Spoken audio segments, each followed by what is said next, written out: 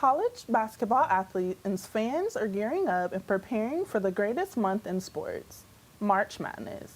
As the regular season comes to a close and conference tournaments are nearly upon us, some teams are just looking to end out their regular season strong, and for others, every game matters.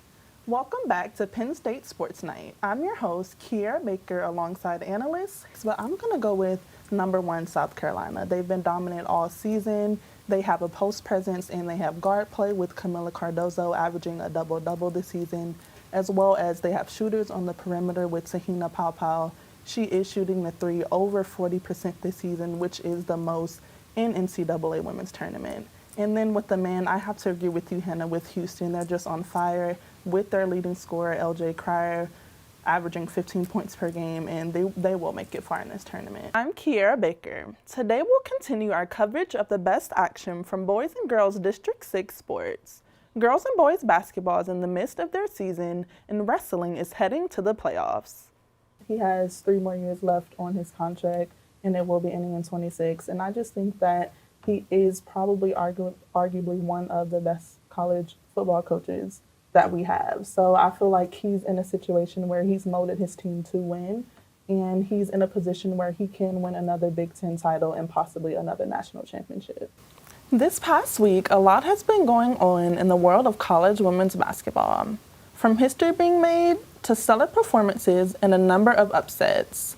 LSU, the defending national champions, defeated Kansas 106-66 on Sunday in a bounce-back win after falling short to unranked Mississippi State in their previous game. Well, this week, I'm most looking forward to the Super Bowl matchup between the Kansas City Chiefs and the San Francisco 49ers. Now, we both know this is a rematch between the two, and I'm just very excited to see who will take the win home. We know last time they competed against each other, the Kansas City Chiefs came on top, but this year this is a different 49ers team, and I'm just very excited to see who will take it home. State High will have to wait a week to see who they'll play in the District 6 6A championship. But for Coach Matt Lintel and company, it's just business as usual. It certainly helps a lot. So, we've been fortunate to have this the last number of years. And so it's one of those things that we've kind of grown accustomed to making sure that we earn that top seed and get that bye. State College has a bye week and has utilized this time off to their advantage in hopes of securing another 6A championship right before playoffs. Penn State was trailing with under 10 minutes to go in the second half, but on the back of Ace Baldwin's big night, they were able to rally for the win.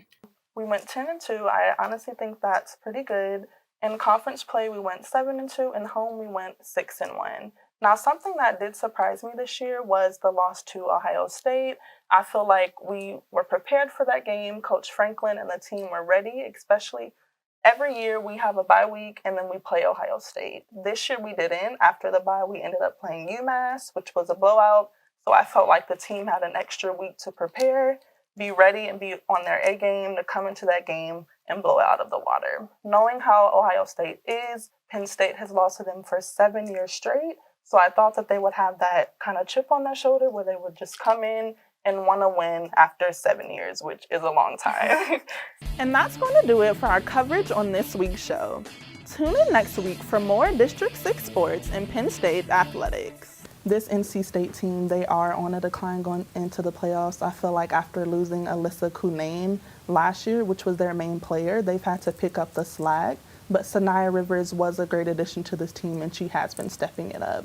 And for our last point, who do you guys think are going to be some shockers in this NCAA tournament? Some teams that'll make it past and maybe even get some upsets. So I'll start with you, Kiera. Who's your all-star picks? Like, who's catching your eye right now? Well, I'm going to go with the sleeper.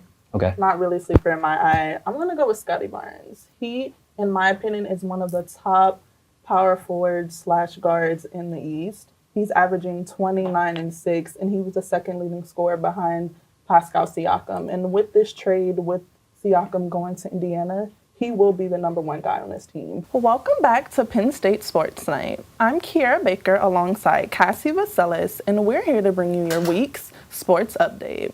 Penn State went on to face Northwestern on the road in breaking their win-game streak. Tonight, they'll face off against Michigan State in the BJC in hopes of getting back in the win column. Reporting in the studio, I'm Kiera Baker. Yeah, and I'm going to flip the switch back to the Chiefs. They've been dominant. They've won 3 out of the last 5 seasons with the Super Bowl title. Come on, you can't count Mahomes out. He's proven in and out day by day that he is one of the best quarterbacks in the league. Probably is arguably the best quarterback in the league. Of all time. And Go it just Go goes to ahead. show Yeah. how good this Chiefs team is, and they're going for a three-peat next year. So the Lady Vols are my shocker team for the women's side. They have Rakia Jackson, which is averaging 19 points for their team, and she is a top 6 draft pick for the WNBA draft coming up, as well as Tamara Key. She's now played her 6th starting spot just in their last matchup against LSU, and she was coming back from injury, starting on the bench, but now she's made her presence known. And with those 2 additions, as well as Sarah Puckett, bringing up her average from 4 points per game last season to 10 this year, those additions I think will make a great impact for this Tennessee team, and they will be able to shock people. 62 teams will take all and be in action for the NCAA tournament starting March 19th for the men's and March 20th for the women's, all competing for one thing, a national championship.